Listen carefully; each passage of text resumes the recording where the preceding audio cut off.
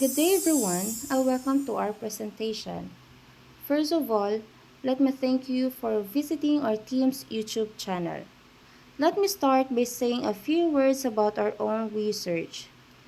As you can see on the screen, our topic today is about the common life problems at workplace. This talk is particularly relevant to those of you who experience certain problems at work and working toward finding an effective solution to it. Our team will discuss some of the workplace challenges and how to deal with them. Because whether you are new to the workplace or a seasoned employee, problems occur at work. First is when you are new to the workplace. Fitting in or kung paano ka makikipagsalamuha is one of the most common problems. Figuring out how to be part of a new work culture can at times be frustrating. To deal with it, get to know your coworkers by working on team projects. This promotes common interests, builds trust, and allies. Ask questions kapag may hindi naintindihan sa trabaho. Be friendly and respectful. Your good attitude, manners, and work habits will show that you are a professional. Iwasan na ikaw maging sanhi o pasimuno ng chismis. Being heard or being acknowledged. Isa din po ito sa common problem at work. It takes time to gain the trust of coworkers to get them on board with your ideas. Makinig, mag-observe, before suggesting changes. Bring solutions to the table. Dapat lagi may nakalatag at nakahandang solusyon. Engage your coworkers by knowing what you are talking about. Build a reputation of being clear-headed, objective, and reasonable.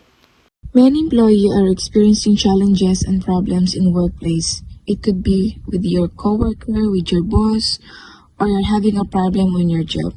But always remember that quitting on your job is not a solution on your problem. Try to find a way first on how you're going to solve it. Speak to your boss about your situation. Discuss to them if you have any issues regarding your work or if you are having difficulties on your job. Try to open up everything to them. At least they will be aware about your situation. But if the issues can be resolved, then that's the time to look for a new job. It is very important to leave your job on a good terms with your employer and co-worker if possible. And during job searching, do it on your own time. Never use the company time while you are on duty. As much as possible, schedule your interviews during, before, and after your work. Choose an employer that will help you achieve your career and personal goals. Hello everyone. I'm going to discuss making mistakes and time management. Making mistakes. When we make mistakes, we should admit them and apologize. Hindi yung gagawa tayo ng excuses para lang mapagpagpan ang pagkakamali natin dahil lahat naman tayo ay nagkakamali. So let's move on to time management.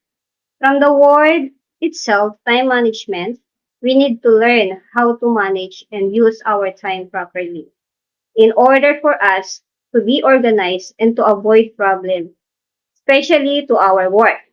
Kapag nahihirapan ka sa workload mo, pwede kang humingi ng advice. So, sa coworker mo or supervisor to manage your time wisely. What is glass ceiling? Glass ceiling refers to a fact that qualified person wishing to advance within the hierarchy of his or her organization is stopped at a lower level to a discrimination. If you feel like you have advanced as far as you can go with your present employer, you have probably reached what is called glass ceiling. You can see through that ceiling to the next career level, but you can't seem to reach it. In addition to working toward any promotion, there are ways to prevent glass ceiling. Prove your value to your employer and identify which traits and skills they are looking for when they promote people. Discuss your career goals with your supervisor and how to accomplish them. Nurture your relationship with other people where you work. What is discrimination and harassment? Under discrimination law, It is unlawful to treat a person less favorably on the basis of particular protected attributes such as a person's sex, race, disability, or age. Treating a person less favorably can include harassing or bullying a person. You can prevent harassment by informing employees that harassment and discrimination is prohibited, identifying whose employees should contact to discuss harassment questions or concerns, assuring that employees that they will not be punished for asking questions or sharing their concerns, responding to harassment questions or concerns and investigating harassment complaints promptly and effectively, and ensuring that managers understand their responsibility to stop, address, and prevent harassment and discrimination. Office bullies. They cause anxiety and stress, and they often target those they see as a threat. Sila ang mga taong nagbibigay ng problema at stress. Sila din yung mga taong ayaw malamangan at nainggit sa'yo, lalo na pag alam nilang mas magaling ka sa kanila. Don't let them isolate you or make you feel bad yourself. Never sink to their level. Hayaan mo lang sila. Huwag mo intindihin kung ano man yung mga sinasabi nila tungkol sa'yo. Discuss the problem with a mentor to find the best way to handle them. If they're threatening you, report it to your supervisor. Seek help lalo sa mga HR or mentors sa work. Kumbaga, know your rights as employee para na rin masolusyonan at matigil na rin yung mga ginagawa nilang ganon. Gossipers and troublemakers. They can be especially disruptive to the workplace and cause misunderstandings. Sila yung mga tao sa workplace na gumagawa ng mga kwento tungkol sa'yo para kainisan o layuan ka ng mga katrabaho mo. Be friendly but act busy and they will get the message that you have better things to do. So kahit na ganon, hayaan mo lang sila, magipagkaibigan ka pa rin. Ang gawin mo, mag-focus ka na lang sa trabaho mo at para malaman nila na wala kang ginagawang masama at ginagawa mo lang yung mga trabaho mo. While this person can serve as your ears to the office, grapevine, and work dynamics, don't comment or add fuel to their behavior. Kahit alam mong lagi kanilang nakikita or pinag-uusapan o yung ibang katrabaho mo, huwag ka na lang makisali o dumagdag pa o magsalita para makaiwas na rin sa gulo. Saboteurs and backstabbers. They cause distrust by spreading rumors or withholding important information from those they see as rivals. May mga tao talaga na handa kang sirain, lalo na't pag napansin nilang sila ay nalalamangan. This can affect your career, goals, and reputation. Confront them calmly about their behavior. Kakausapin mo siya regarding sa kanyang behaviors. Do not play their game.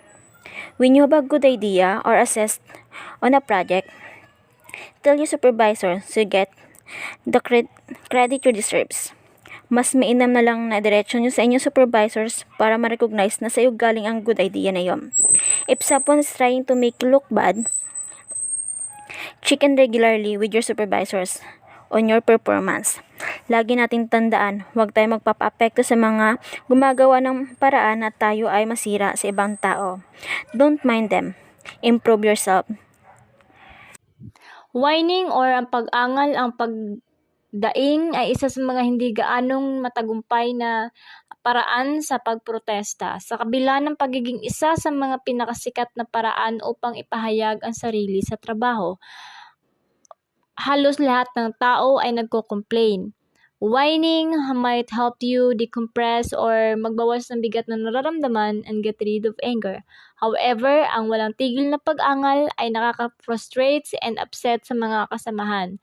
Complainers are easy to recognize because of the way they express negativity.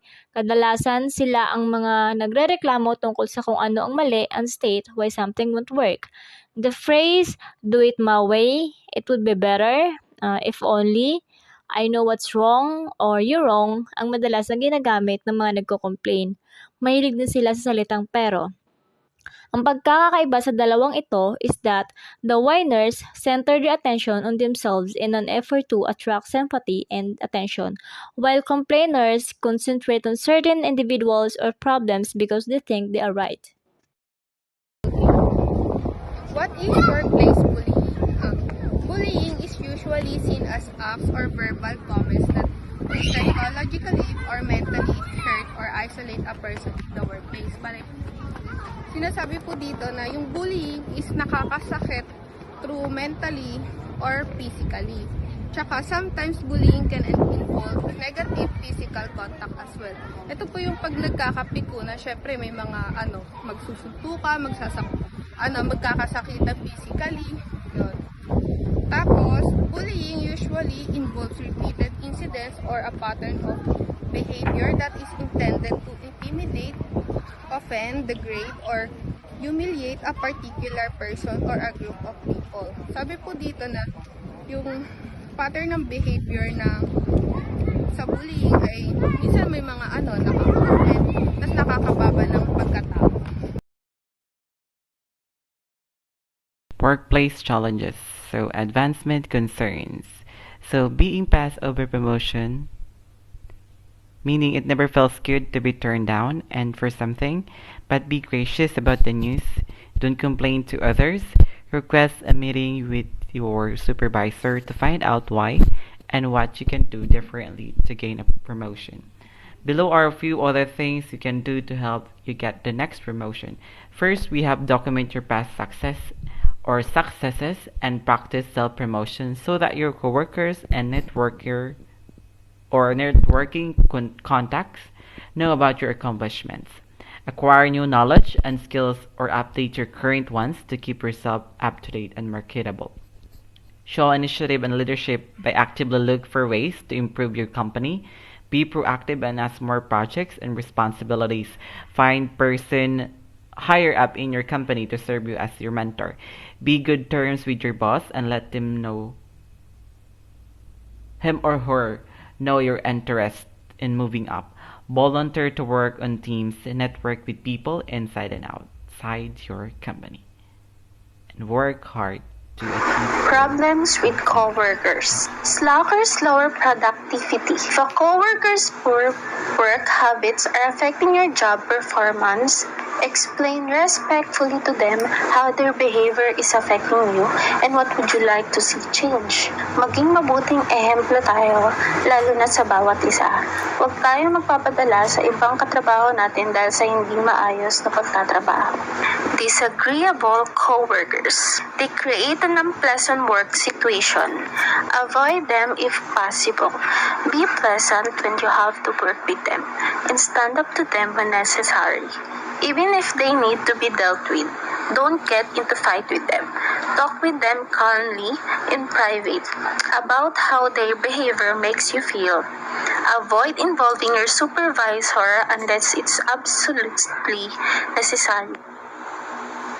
Workplace ethics and integrity issues are very important. Workplace ethics, ito yung tumutukoy sa behavior natin and how we act on the work.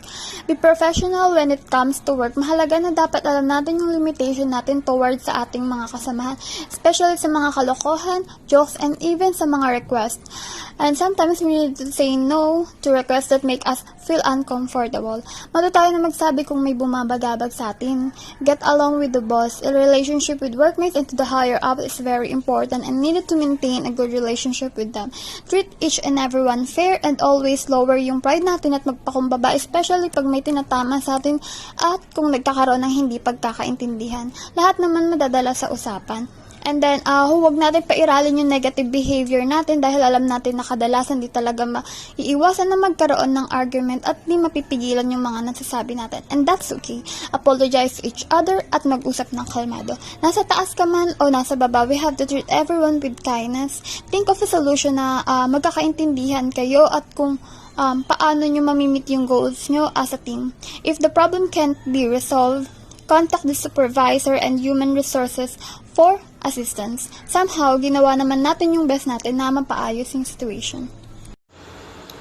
Pigeonhole is putting someone or something into a group or type, often unfairly.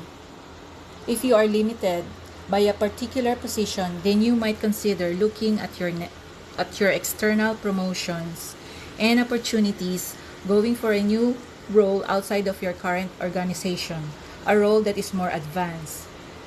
You can do that externally within a competitive organizations with same industry or field, or a completely different organization. That might be a way to go if you are pigeonholed.